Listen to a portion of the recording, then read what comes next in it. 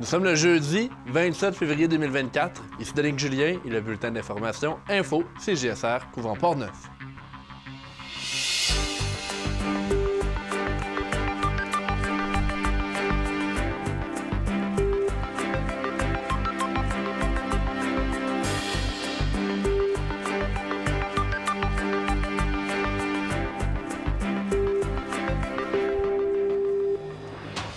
La fraude est un danger qui guette la majorité de la population et surtout nos aînés. La sergente de la Sûreté du Québec, Jessica Ouellette, sera des nôtres pour mettre en garde face aux stratégies utilisées. Le Moulin Marcoux présente sa programmation de printemps. On en parle avec William Doré et Nancy Rancé.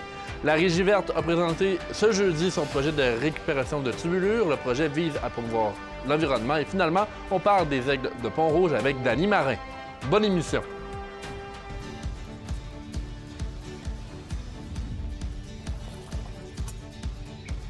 Ici, on se crée des souvenirs au fil des saisons et on vit au rythme de nos passions.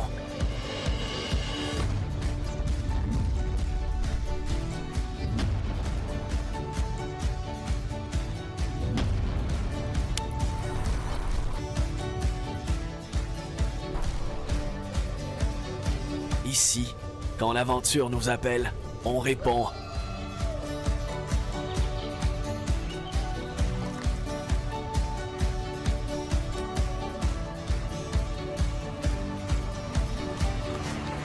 Ici, à Saint-Raymond, ma destination pour un séjour plein air réussi.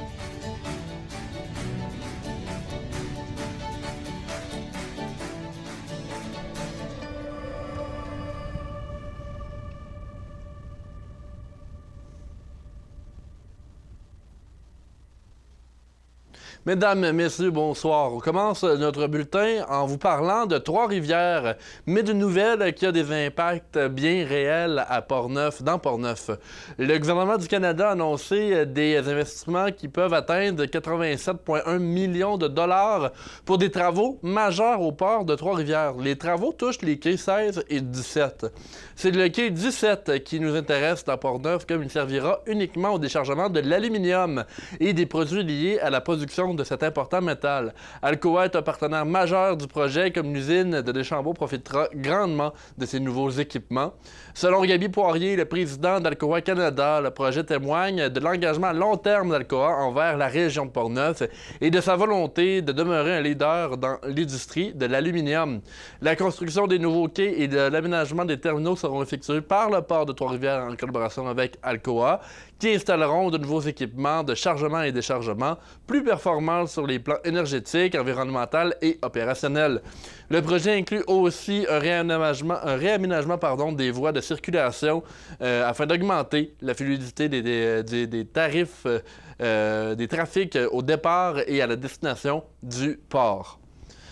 On entend de plus en plus parler de fraude autour de nous et je me suis entretenu cette semaine avec la sergente Jessica Ouellette de la Sûreté du Québec pour apprendre quelles sont les façons de se protéger de la fraude. Voici l'entrevue que j'ai réalisée avec elle.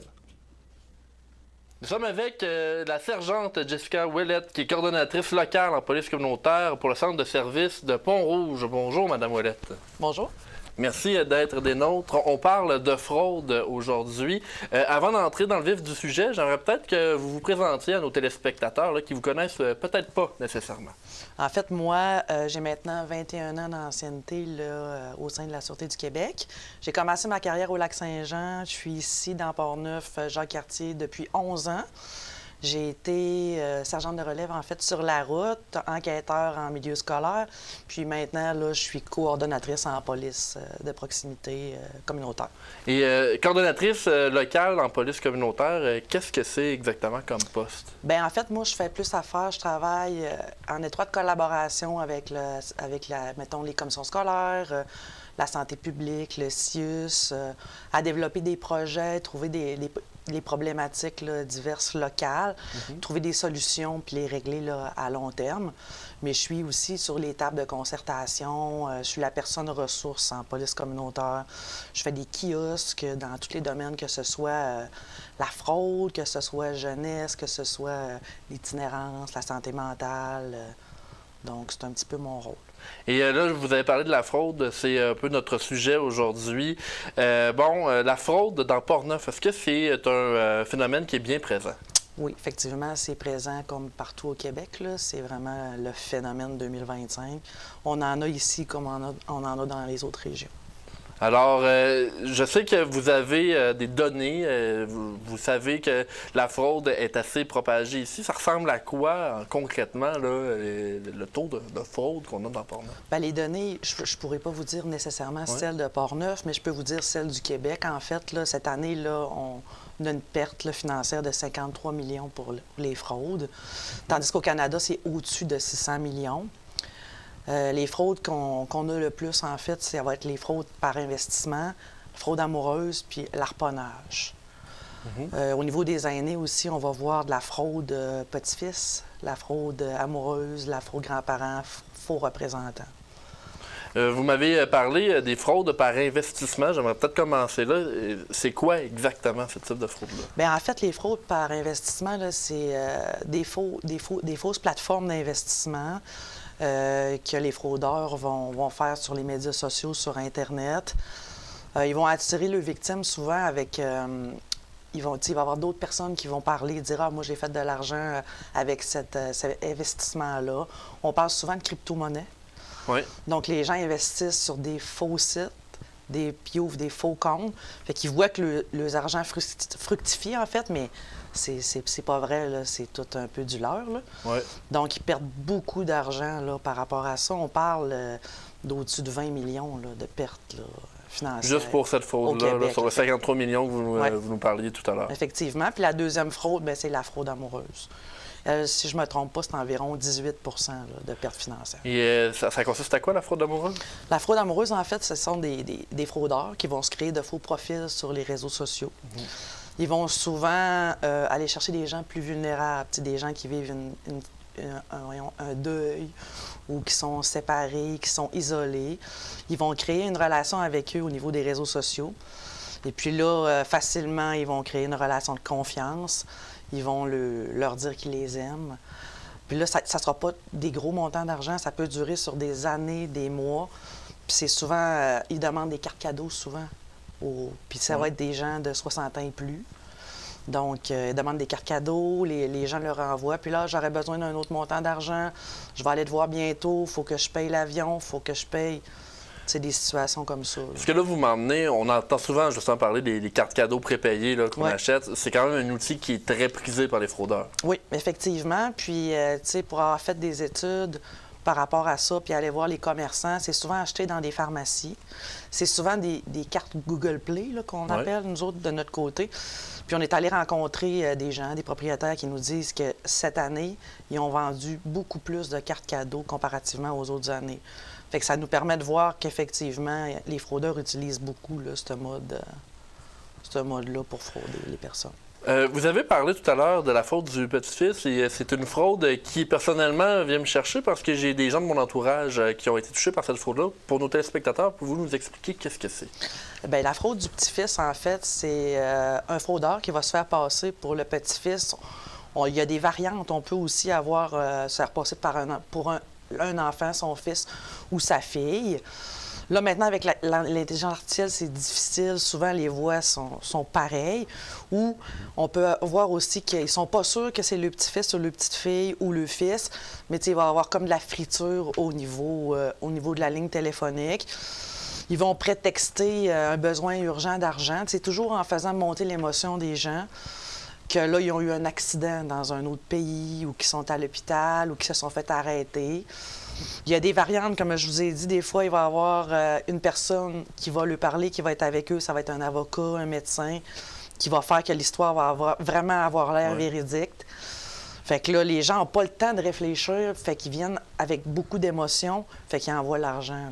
Pour aider leurs membres de la famille. Là, effectivement. Puis ils lui disent de ne pas en parler, qui ont la personne qui lui parle, le fraudeur, parlez-en pas parce que j'ai honte, je veux pas que mes parents soient au courant. Donc, c'est une fraude qui existe beaucoup aussi. On reçoit un appel, la voix ressemble, on pense que c'est quelqu'un qui est dans le besoin et là, on a envie d'aider le plus rapidement possible.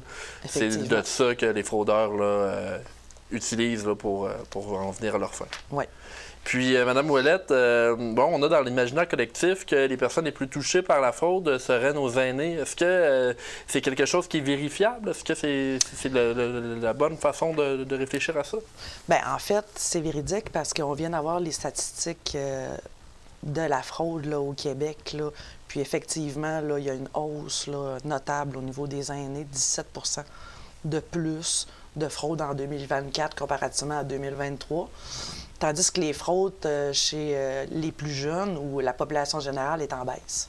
Mm-hmm. Alors, les fraudeurs ont peut-être décidé d'arrêter d'essayer chez les jeunes parce que ça portait moins, ça fonctionnait moins? Je pense pas. En fait, c'est que les personnes âgées sont plus susceptibles de se faire frauder. Parce qu'ils sont plus polis et plus courtois, ils répondent au téléphone, ils discutent avec la personne. Ce sont des gens qui sont plus généreux aussi, connaissent moins les réseaux sociaux, sont moins habiles avec les ordinateurs. C'est pas le général, mais ce qu'on peut voir, c'est que souvent ils sont isolés, ils n'ont plus de famille ou ils ont vécu un deuil. Donc c'est pour ça qu'ils se font prendre plus facilement, en fait, là, par la fraude. Et comment on peut se mettre à l'abri des fraudeurs? C'est quoi les techniques, là? Qu'est-ce que vous, à la Sûreté du Québec, vous dites là, aux gens qui sont susceptibles de se faire frauder pour qu'ils puissent se protéger de ça? Bien, tu sais, en fait, il y a plusieurs petits trucs, là. C'est d'être vigilant. Tu sais, de prendre un pas de recul quand on a un appel ou une sollicitation, puis de réfléchir, d'appeler ses proches, voir si ils sont en voyage ou s'informer, d'en parler à quelqu'un. Faut pas avoir honte aussi, il faut nous en parler, nous autres, à la Sûreté du Québec, si on veut faire évoluer les choses. On se le cachera pas, c'est la prévention, là, le nerf de la guerre. Fait que plus on va en parler, plus on va s'éduquer là-dessus, bien moins on est susceptible de se faire prendre. C'est de mettre aussi nos comptes sur les réseaux sociaux, c'est de les mettre privés, d'enlever sa géolocalisation, de mettre le moins d'informations personnelles sur nos plateformes. Parce que c'est là que les fraudeurs vont chercher justement l'information nécessaire pour être capable d'accomplir leur fraude, c'est ça? Oui, effectivement, là, c'est sur les plateformes qu'ils vont chercher leur information. Les gens, souvent, vont nommer les personnes de leur famille sur les réseaux sociaux. On voit plein d'informations qu'on a accès facilement. Fait que si votre compte est privé, bien, les fraudeurs n'iront pas nécessairement sur votre plateforme pour avoir vos informations. Alors, je comprends, par exemple, si un de mes grands-parents dit « Ah, mon petit-fils Danick Julien, et là, bon, le fraudeur tombe là-dessus, il sait que je m'appelle Danick Julien, et de cette façon-là, il est capable de peut-être soutirer de l'argent. » Oui, effectivement. Puis, moi, je donne toujours un truc aux gens, c'est créez-vous un code entre familles, tu sais, comme par exemple, quelque chose de facile, là. Mettons la couleur jaune, mais prenez pas ça, là, parce que là... Créez-vous un code dans la famille. Fait que quand il arrive un téléphone ou une situation où vous n'êtes pas sûr, que vous vous sentez coincé, que vos émotions, demandez le code. Okay. Vous allez voir, les fraudeurs vont raccrocher. Tout simplement. Effectivement. Ça, je pense que c'est une technique qui est très importante à partager. Oui, puis pour certaines victimes qui nous ont dit l'avoir utilisé, ça a fonctionné. Alors, Jessica Ouellette, je vous remercie d'avoir été des nôtres pour parler de la fraude. Je rappelle que vous êtes la coordonnatrice locale en police communautaire pour le centre de services de Pont-Rouge de la Sûreté du Québec. Merci beaucoup de nous avoir donné votre temps pour venir nous parler de cet enjeu qui est très important. D'ailleurs, le mois de mars, c'est le mois de prévention de la fraude. Oui, effectivement. Fait qu'on va tenir des kiosques dans la MRC de Jacques-Cartier de Portneuf. Vous allez nous voir dans les pharmacies pour donner des conseils là, près des cartes cadeaux là, aux gens qui veulent venir nous rencontrer. Madame Ouellette, merci beaucoup. Merci. Au retour de la pause, on vous parle d'un projet qui est organisé par la Régie verte. Qu'on vous reconnaisse au quotidien pour vos foulards extravagants, votre regard captivant, votre rouge à lèvres flamboyant ou même votre sourire éclatant. Votre identité est unique et elle vous permet d'accéder aux services en ligne du gouvernement du Québec en quelques clics. Le service d'authentification gouvernementale, c'est simple, rapide et sécuritaire. Créez votre compte dès maintenant. Ne cherchez pas Nicole. Depuis qu'elle est à la retraite, elle prépare des milliers de plats pour les gens dans le besoin. Impressionnant pour quelqu'un qui ne s'est jamais fait un lunch en 35 ans de carrière.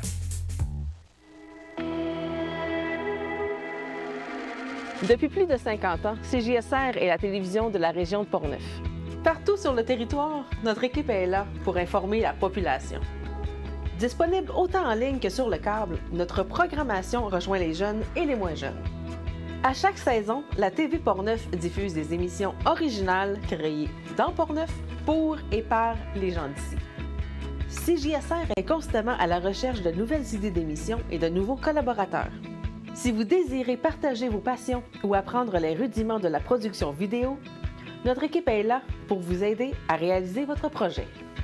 CJSR, la TV Portneuf s'intéresse à vous.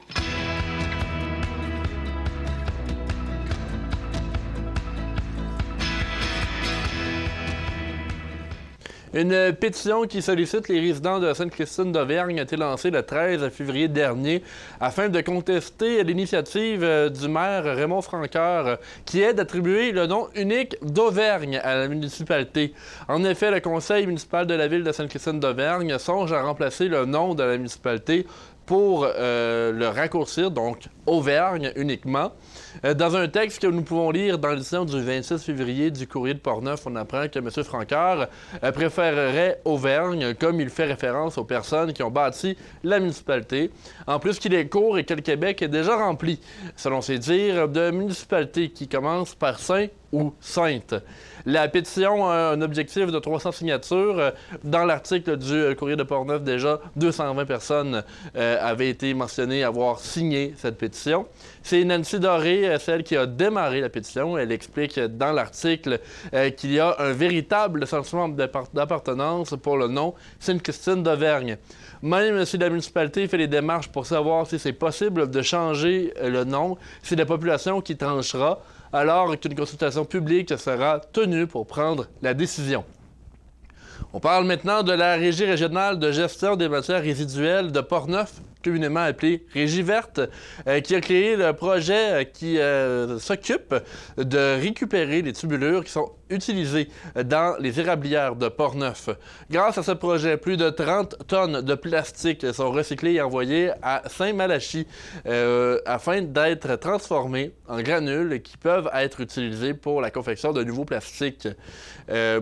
Avant d'être envoyés au centre de traitement Environnec, les tubes doivent être préparés en enlevant toute trace de matière non recyclable. Ce sont des jeunes du programme de formation préparatoire de l'école secondaire de Donnacona et des personnes ayant des besoins particuliers, membres de la PHP de Portneuf, qui s'occupent de cette importante étape.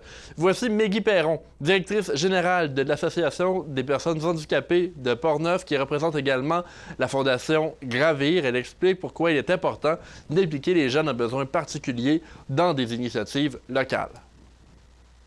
Donc, moi, ici, je suis juste la voix porteuse de ces personnes-là. Avant de plonger dans les détails du projet qui nous réunit aujourd'hui, là, je voudrais juste qu'on se rassemble sur... Je pourrais vous parler de la Fondation Gravir, je pourrais vous parler de nos objectifs, notre mission.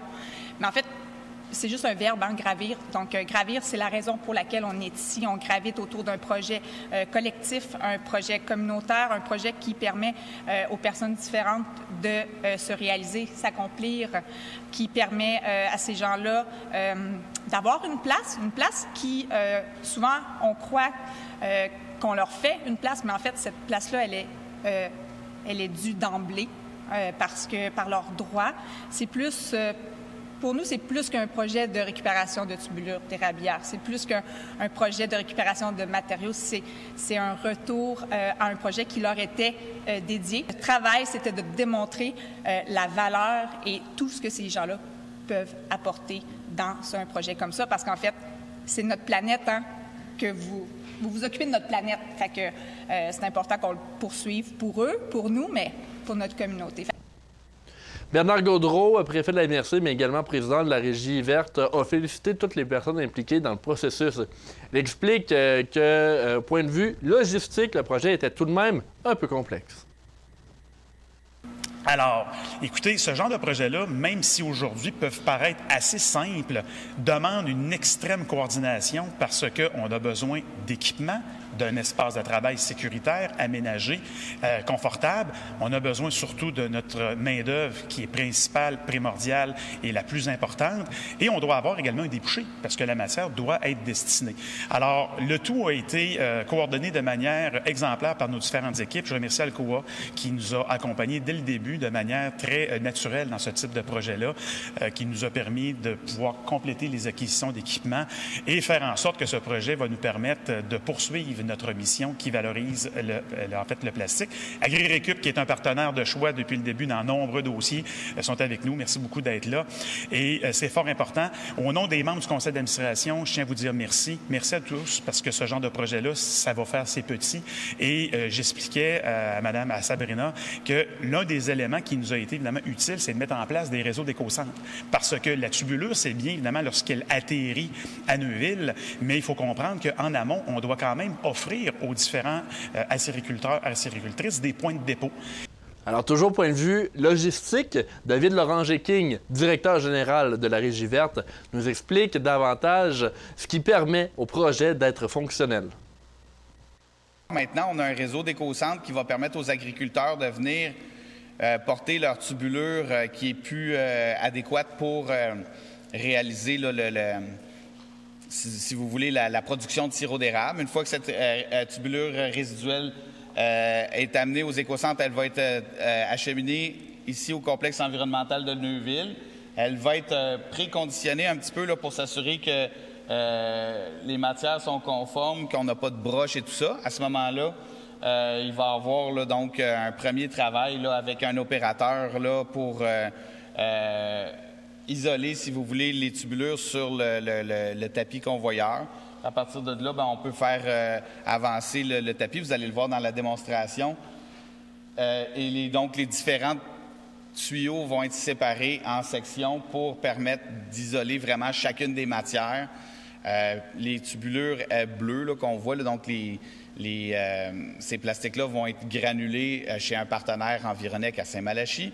Puis les chalumeaux, puis les autres plastiques résiduels qui n'ont pas nécessairement de potentiel de recyclabilité vont être ce qu'on appelle utilisés pour valorisation énergétique essentiellement, là, pour produire de l'énergie dans des, par exemple, Ciment Québec ou des usines de ce type-là qui ont besoin d'une grande quantité d'énergie. Fait que ça fait un peu le tour. La Fondation Alcoa, comme vous avez entendu M. Gaudreau un peu plus tôt, a été partenaire importante pour le projet et a fait don d'une importante somme afin que le projet soit bien équipé. Voici Annie Saint-Pierre. C'est un projet qui apportait de l'innovation dans les façons de faire de la régie dans notre région. C'était aussi un beau volet d'inclusion sociale qui permettait à des gens de renforcer leur confiance en eux et de développer puis de valoriser leurs compétences. Finalement, c'est un exemple parfait d'économie circulaire où les résidus des acériculteurs pourraient devenir des matières premières pour d'autres entreprises du Québec. La Fondation Alcoa a donc permis de financer l'achat d'équipements requis afin que le recyclage des tubulures puisse s'effectuer de façon conforme et sécuritaire.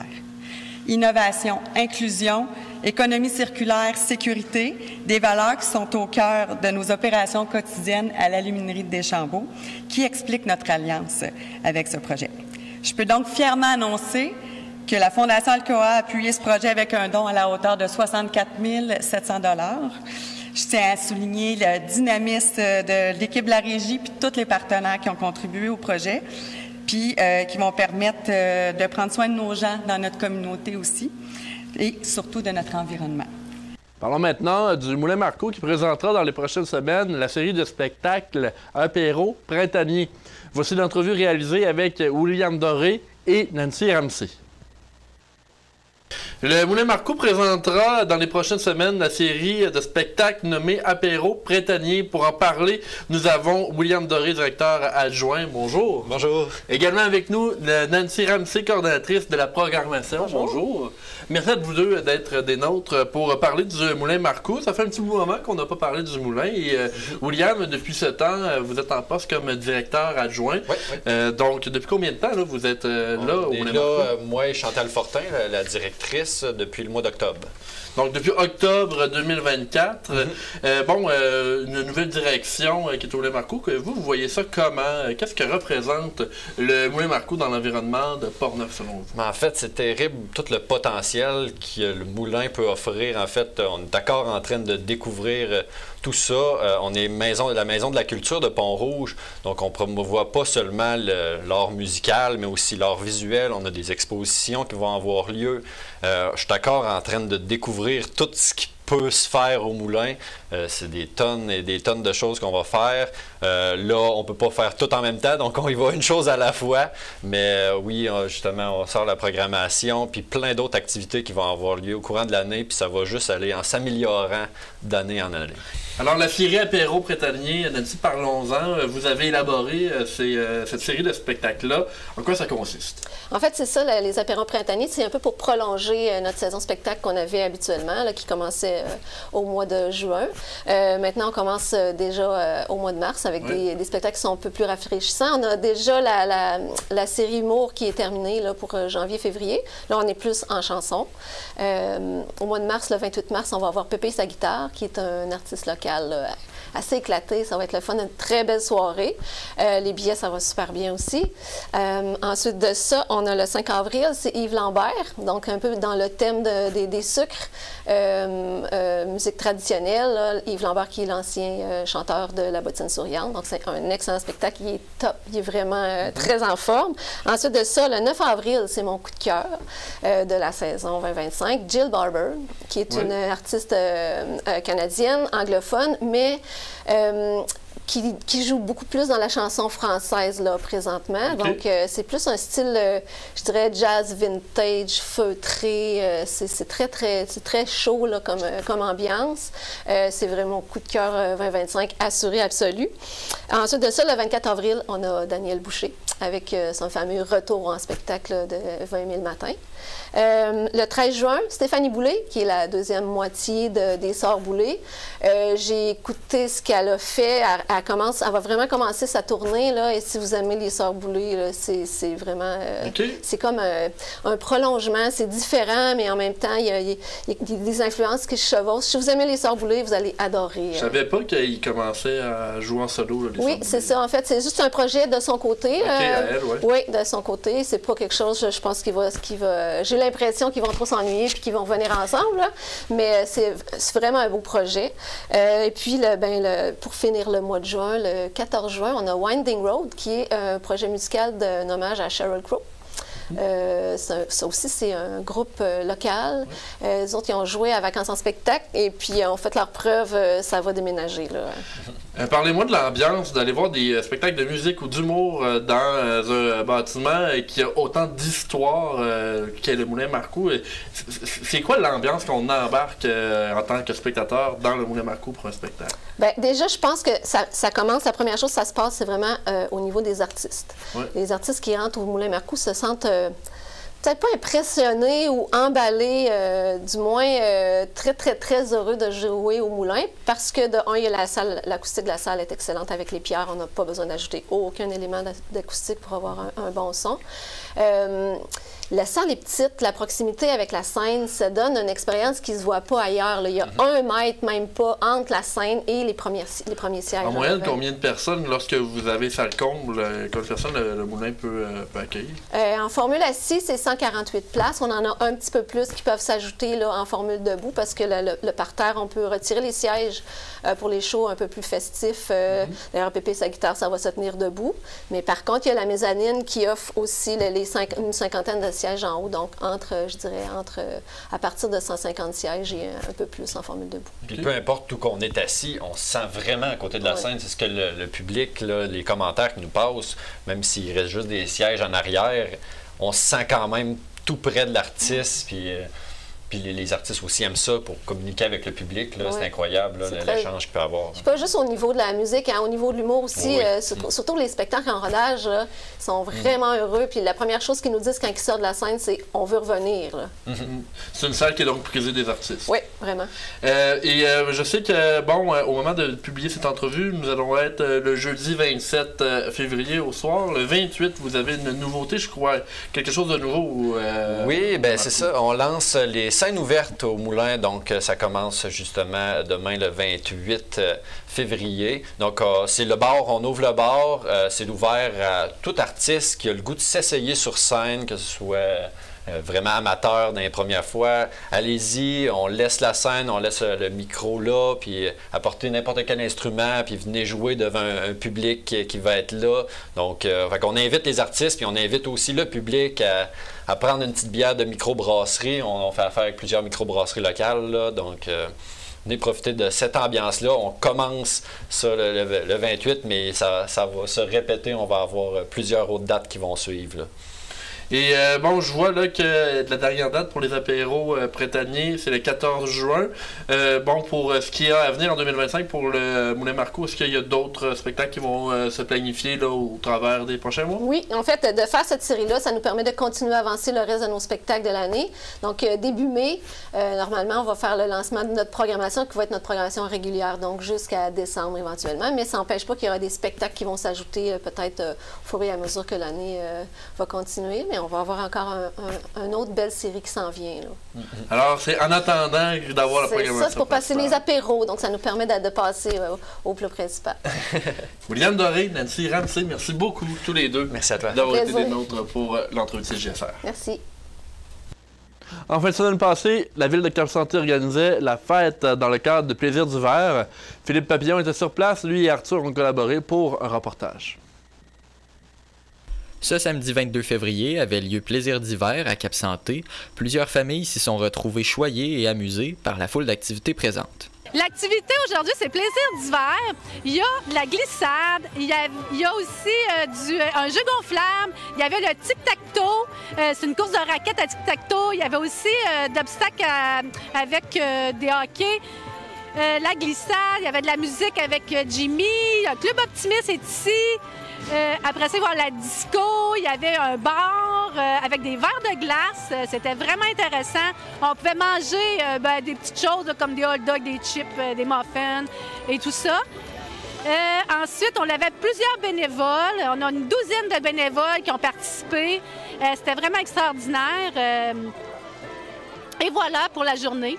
C'est pas la première édition, mais cette édition est spéciale. Hein? Oui. C'est une édition, en fait, ça faisait quelques années qu'il n'y avait pas eu cet événement-là. Donc cette année, on est revenu avec ça, puis on a voulu vraiment pousser au maximum en emmenant plusieurs différentes activités qu'on avait peut-être moins vues dans les années précédentes. Donc on avait le patin qui était une mode, on va dire, avant. Puis c'est quelque chose de nouveau, justement.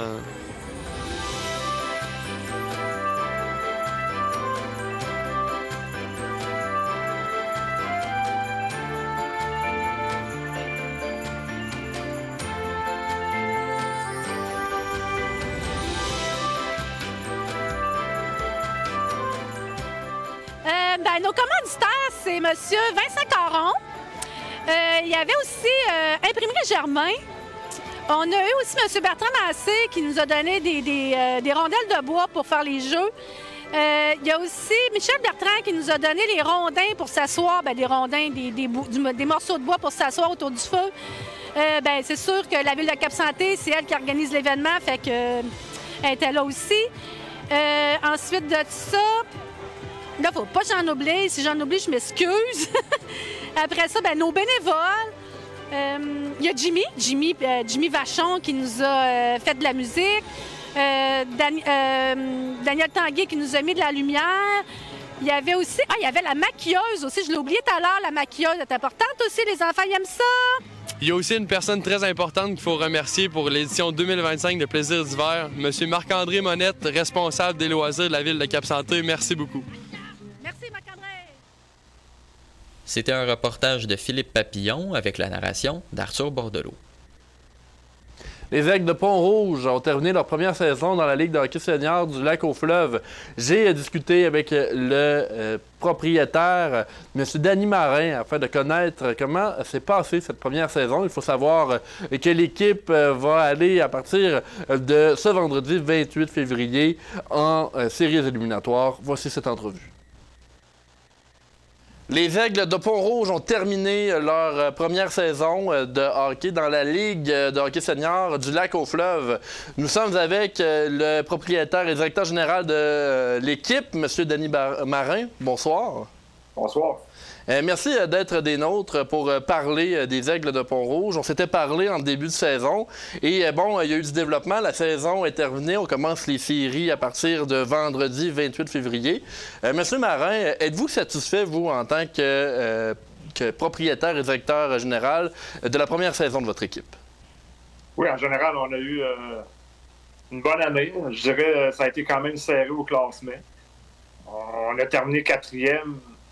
Mais on était à 5 points de la 3e position et à 7 points de la 2e. C'est des matchs qu'on a perdus, qu'on a échappé en 3e, qu'on aurait peut-être même pu finir 2e ou 3e en général. Dans l'ensemble, oui, on est une équipe jeune, puis bien content de l'évolution de mon équipe. Et au niveau, bon, vous nous dites là, que les équipes, c'était assez proche là, de la 2e position. Donc, il y a une parité là, dans votre ligue, j'ai l'impression. Oui, tout le monde peut battre n'importe qui. Regardez, on a battu Métabetchouan le dernier match local. On perdait 5-2, on a gagné en fusillade. Les autres, il y avait juste une défaite avant nous. C'était la première position. Fait que, puis on a battu Dolbeau aussi un peu avant les fêtes. On a battu Wendake aussi. C'est une ligue que tout le monde peut battre n'importe qui soir après soir. Fait que ça joue sur la glace, comme on dit. Jamais abandonné. C'est ça que notre groupe... Et là, vous me parlez de Métabetchouan, c'est l'équipe que vous allez affronter en série. Exactement. Ça commence demain soir à Métabetchouan, le vendredi 28. Donc, vendredi 28, le samedi 1er mars, ce sera du côté de Pont-Rouge pour votre premier match là, local de cette série-là. Exactement. Chaque samedi, finalement, après ça, ça va aller. L'autre vendredi, on la retourne à Métabetchouan et le samedi, le 8, on revient à Pont-Rouge pour la Game 4. OK. Et ainsi de suite, jusqu'à temps que, s'il y a lieu, bien sûr. Donc, c'est une série 4 de 7, là, comme ce qu'on voit standard? Oui, exactement. Puis, comment votre équipe se prépare pour les séries? Justement, vous me l'avez dit, votre équipe peut l'emporter contre n'importe quelle autre équipe de la Ligue, mais j'imagine qu'il y a une préparation particulière pour une équipe qui est dans son premier tour de piste là, dans le circuit? Bon, c'est sûr que, comme je disais tout à l'heure, on est une équipe jeune. Notre noyau est très jeune, ça joue de 22 à 24. J'ai quelques vétérans. C'est sûr qu'eux autres, il faut falloir qu'ils donnent l'exemple aussi pour aider nos jeunes pour cette série-là. Puis mon entraîneur-chef, c'est Yves Bertrand. Ouais. Ça fait que lui, il a quand même joué du gros hockey dans la Ligue nord-américaine semi-pro.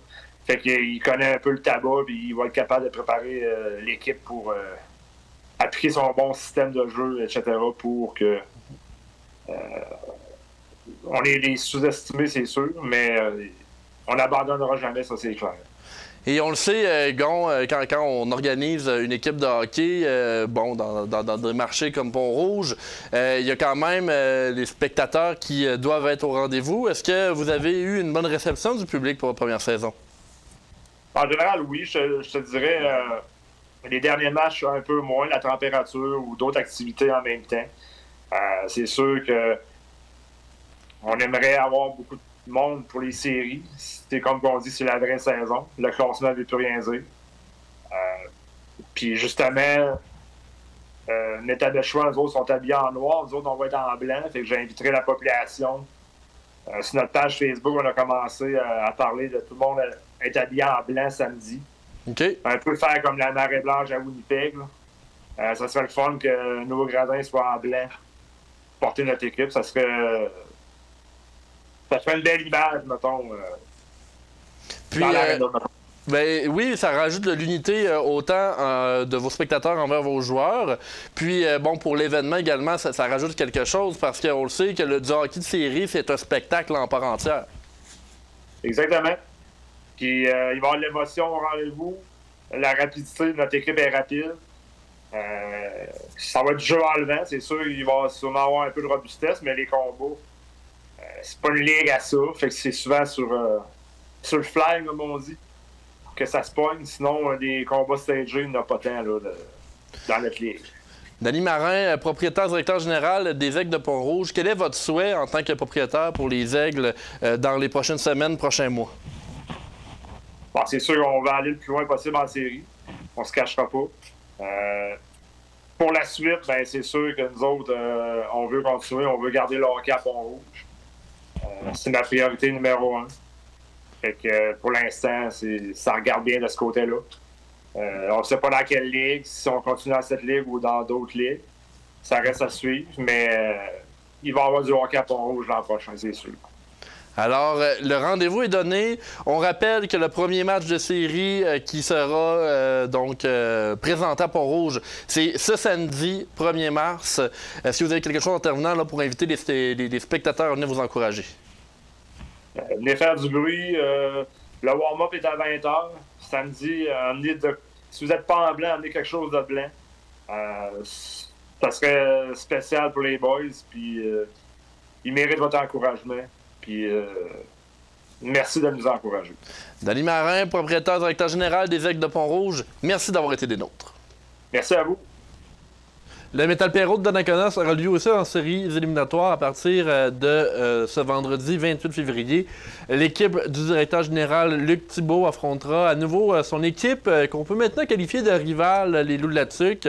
Le premier match aura lieu ce vendredi 28 février à 20h30. On voit d'ailleurs un match qui a eu lieu lors de cette saison par le Metal Perrault à l'écran. Pour le Metal Perrault, ce sera donc l'occasion de prendre revanche envers la Tuque qui, on se rappelle, avait remporté l'année dernière la série face au Metal Perrault. Les Loups avaient par la suite remporté les grands honneurs en remportant le tournoi. Cette année, le Metal Perrault a une place de plus au classement que les Loups. L'organisation compte sur son public pour être le fameux 7e joueur et amener de l'ambiance pour l'équipe locale. Pour la série, le Metal Perrault organise un service de transport pour les partisans afin qu'ils puissent assister au match du Metal Perrault qui se dérouleront à Latuc. L'organisation de cette navette est planifiée pour le 8 mars. Vous pouvez consulter les réseaux sociaux du Metal Perrault pour vous inscrire. On poursuit dans le bulletin d'information. En fait, les entrepreneurs de Portneuf ont jusqu'au 11 mars pour s'inscrire au prix Diamant de la MRC de Portneuf. Ces prix vont servir à honorer les entrepreneurs qui se sont distingués par leur dynamisme et leur esprit entrepreneurial au cours de l'année. La MRC de Portneuf a créé ces prix en parallèle du défi Ose entreprendre pour que les entrepreneurs aguerris puissent discuter avec les entrepreneurs qui débutent. 5 catégories sont organisées. Relève d'entreprise, développement de marché, entreprise d'économie sociale, entreprise impliquée dans son milieu et entreprise pour sa bonne gestion de la diversité ethno-culturelle. Pour vous inscrire, vous pouvez consulter les réseaux de la MRC de Portneuf ou encore discuter avec Diane Martineau. Le mercredi 5 mars prochain, ainsi que le 7 mars, il y aura des ateliers d'écriture de poésie animés par l'auteur, compositeur, interprète Philippe Routier. Voici l'entrevue que j'ai réalisée avec lui. Mercredi 5 mars et vendredi 7 mars, il y aura à la Maison Plamondon l'atelier d'écriture Poésitivité avec Philippe Routier. Bonjour Philippe. Hey, salut Yannick. Merci de me recevoir. Ben merci d'être des nôtres. Philippe, Poésitivité, je pense que je l'ai bien dit. C'est votre concept, votre atelier d'écriture. Avant d'en parler, j'aimerais peut-être que vous vous présentiez. Qui est Philippe Routier? Ben oui, moi-même, je suis un auteur, compositeur, interprète qui est un passionné des mots. Fait que mon métier est chanteur, puis je fais de la poésie. Mais ça fait plusieurs années, dans le fond, que je compose des chansons, je fais de la scène depuis plusieurs années. Fait que c'est mon métier auteur, compositeur, interprète. Et là, vous allez aller voir les auteurs, compositeurs, interprètes de Portneuf à la Maison Plamondon pour faire votre atelier d'écriture. Pouvez-vous nous en parler? Oui, bien dans le fond, ça peut être pour tout le monde. C'est pas obligé que les gens soient auteurs, compositeurs, interprètes, mais vraiment donné pour toutes sortes de personnes qui sont passionnées des mots. C'est un atelier c'est la poésie, mais ça peut être aussi, dans le fond, souvent je commence avec le nom, fait que faire une poésie avec le nom pour se présenter chacun, trouver comme moi dans Philippe, c'est le fil conducteur, mais routier, il y a la route, ça finit par H-I-E-R, les IR, on ne revient pas sur les IR quand on va sur la route, on va vers l'avant, fait que c'est de commencer avec une poésie de nom, puis chacun va trouver sa façon par la rime, par les lettres, de trouver sa poésie bouquet de fleurs de son nom. Ça fait que c'est de faire des petits exercices qui stimulent la créativité. Puis à la fin, ou en tout cas on verra dans la spontanéité, mais de créer une chanson ensemble, ça pourrait se faire. Moi j'ai ma guitare, fait que chacun peut dire ses mots, on trouve un thème. Fait que ça tourne autour de ça. C'est des exercices d'écriture qui stimulent la créativité pour trouver vraiment... parce que tout le monde peut écrire, tout le monde peut partager des mots. Chaque personne est unique. Fait que c'est de trouver ce centre-là. Écoute, il n'y a pas de jugement. Je leur dis tout le temps, pas de jugement. On laisse aller ce qui doit sortir par le petit exercice. Puis si on a le goût de le partager, ils le partagent. Si on n'a pas le goût, c'est correct. Mais juste d'écrire, ça allume quelque chose. C'est un peu ça. Et ce qui est intéressant de votre atelier Positivité, c'est justement, on ne s'adresse pas juste aux auteurs, compositeurs, interprètes, mais vraiment à l'ensemble de la population qui ont un intérêt pour la musique, pour la poésie. Oui, même écriture automatique, il n'y a pas de... je vais faire des exercices peut-être de rimes, des exercices comme poésie bouquet de fleurs avec le nom. Fait que c'est pas obligé que la personne ait nécessairement eu des bases. C'est juste d'écrire avec les petits exercices. Puis souvent, on est surpris de ce qui peut sortir. Je leur dis que souvent, il y a des perles, puis on les voit pas tout le temps quand on fait l'exercice. Puis par les phrases, même si tu as écrit une phrase, des fois, juste de le partager, il y a souvent des perles qui sont là. La poésie, elle est partout dans nos mots. Je vois que vous êtes un passionné, Philippe. Les mots, la musique, qu'est-ce que ça représente selon vous? Pour moi, ça représente quoi, les mots, la musique? Bien, c'est une façon de s'exprimer puis d'être en contact avec les autres. Je trouve que c'est... en tout cas, pour moi, ça représente ça. Les mots, c'est un pouvoir que tout le monde a. D'exprimer sa voix, d'exprimer sa chaleur ou exprimer quelque chose. La musique, bien, fait juste comme mettre ça un peu plus universel, puis dans une résonance d'harmonie. Fait que c'est un peu ça, pour moi, c'est ce que ça exprime. Dans Positivité, vous allez, comme vous l'avez dit, vouloir emmener la poésie dans un cadre spontané. On s'est parlé un peu avant l'entrevue, mais l'écriture spontanée, c'est quoi? Et, quels exemples on peut donner de ce genre d'écriture-là? Bien, c'est dans le fond de laisser sortir, comme l'écriture automatique, c'est tu peux écrire automatiquement, puis à partir de ton écriture automatique, tu peux trouver des mots qui vont être des perles. Après ça, tu prends ces mots-là puis tu fais une structure. Fait que c'est une spontanéité de laisser sortir ce qui doit sortir avec l'exercice, peu importe où le thème. Puis après, tu as comme tout cet élan-là. Il n'y a pas de fil. Tu laisses sortir. Puis après ça, tu vas chercher tes diamants en partageant. Peut-être les autres vont te dire ce qu'ils ont aimé. Puis toi, après, tu retravailles avec ces mots-là. Puis là, on peut faire une structure de poésie avec des rimes.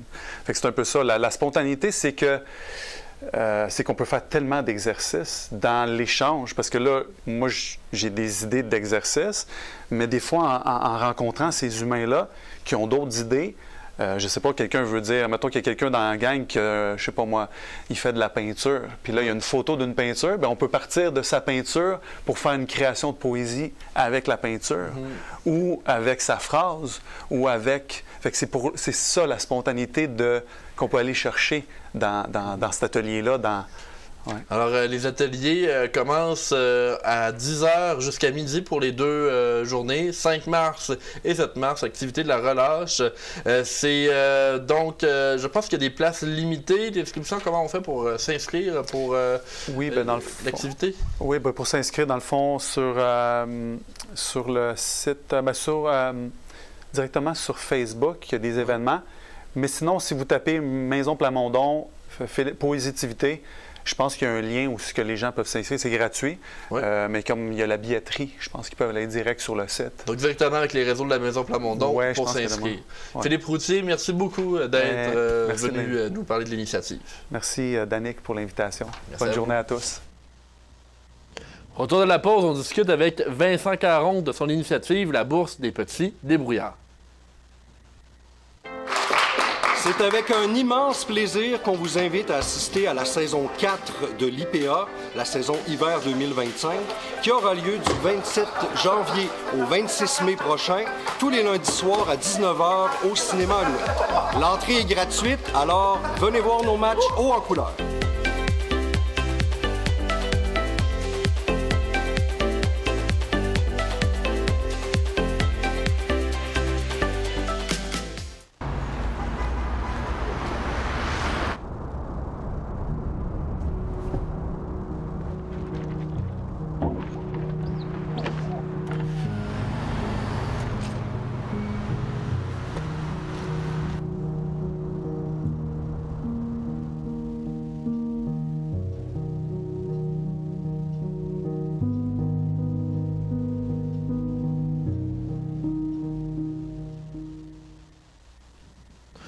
Pour une deuxième année consécutive, le député Vincent Caron tiendra les bourses des petits débrouillards qui s'adressent aux écoles de Portneuf pour divers projets. Voici l'entrevue que j'ai réalisée à son bureau aujourd'hui. On est présentement avec Vincent Caron, député de Portneuf. Bonjour, M. Caron. Bonjour, Danick, ça va bien? Ça va super bien, vous? Ben oui, très très bien, merci. Vous nous parlez d'une initiative très intéressante, les bourses des petits débrouillards. C'est pas la première année que vous faites ça. Et j'aimerais en apprendre plus, justement, à propos de cette initiative-là aujourd'hui. Ben écoutez, c'est la deuxième année, en effet.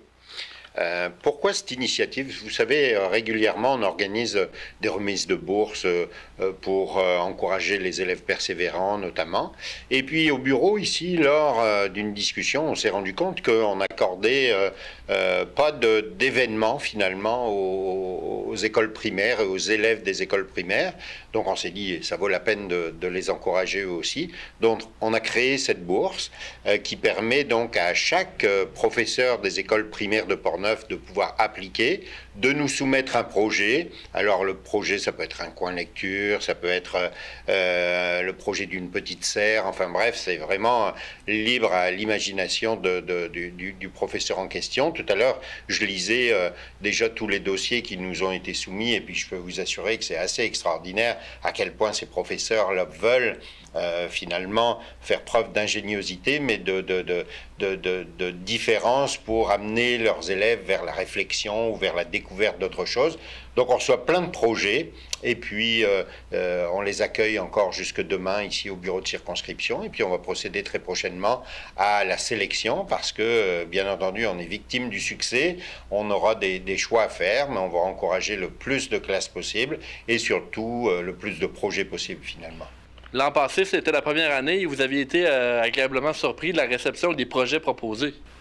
Oui, c'était assez incroyable. On se rend compte, et j'apprendrai rien à personne à vous dire qu'on demande à tous les ministères de faire preuve de soucis en matière de dépenses. Donc, chaque petit coup de main que je peux apporter dans les classes, eh bien, les professeurs saisissent cette occasion pour pouvoir mettre en place un petit projet. Et en effet, l'année dernière, on avait déjà été victime de notre succès, mais cette année, je peux vous assurer que c'est encore plus de projets qui ont été déposés jusque maintenant.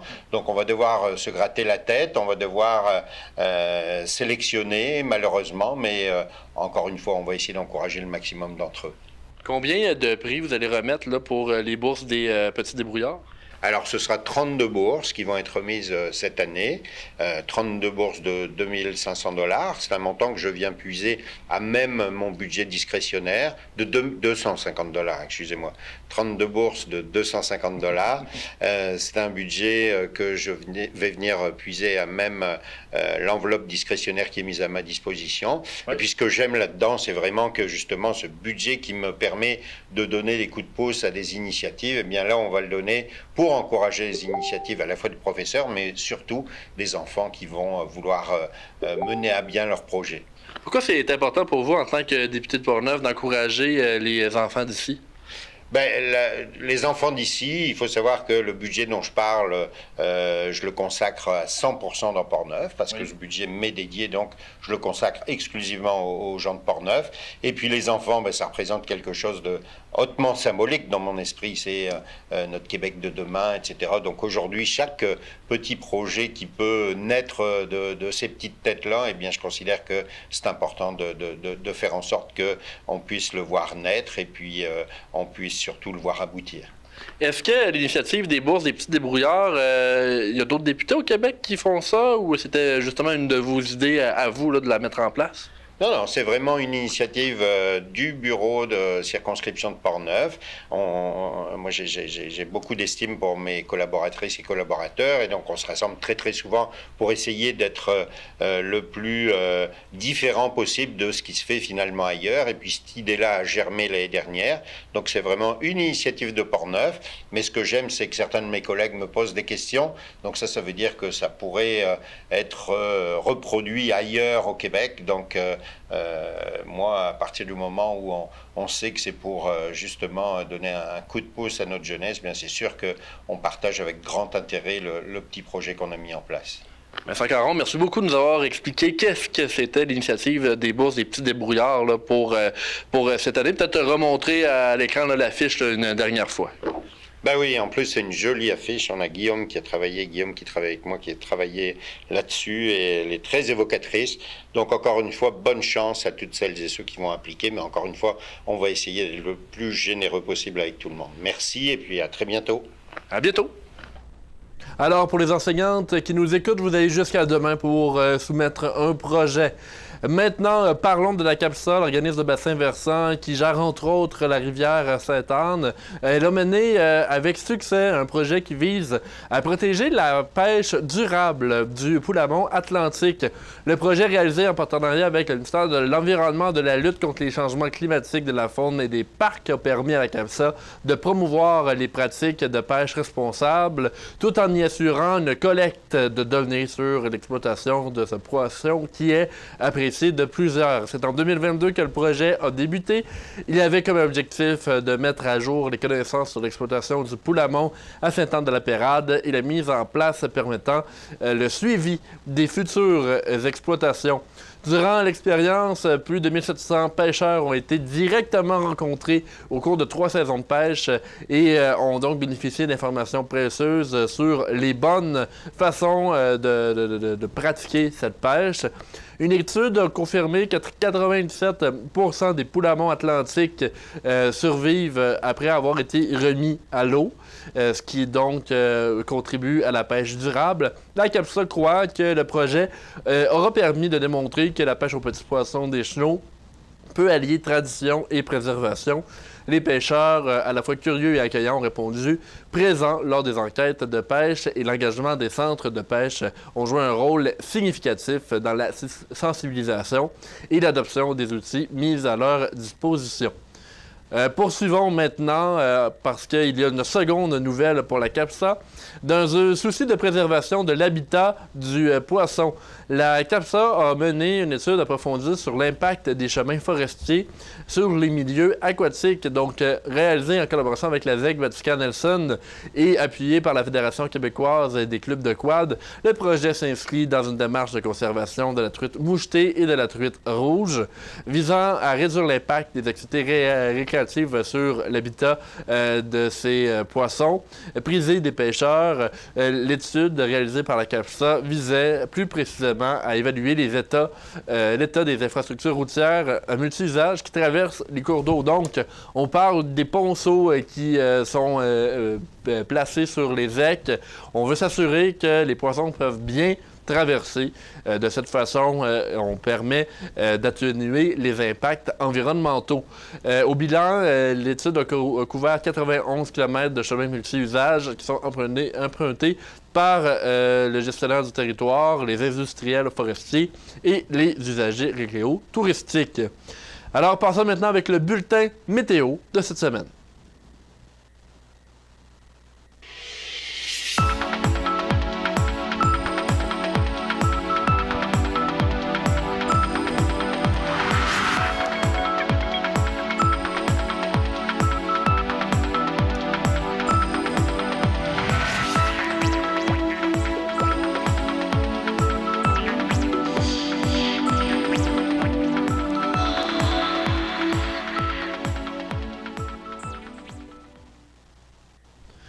Alors, c'est ce qui complète le bulletin d'information. En terminant, pour les activités de la fin de semaine, vous pouvez regarder pour la Ligue d'improvisation Portneuf-Alouette. En fait, c'est lundi prochain.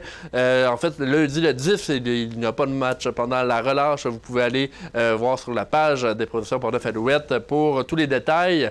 Je m'appelle Danick Julien. Merci à Carole, à Arthur et à Luc pour leur participation. Et on se dit à la semaine prochaine.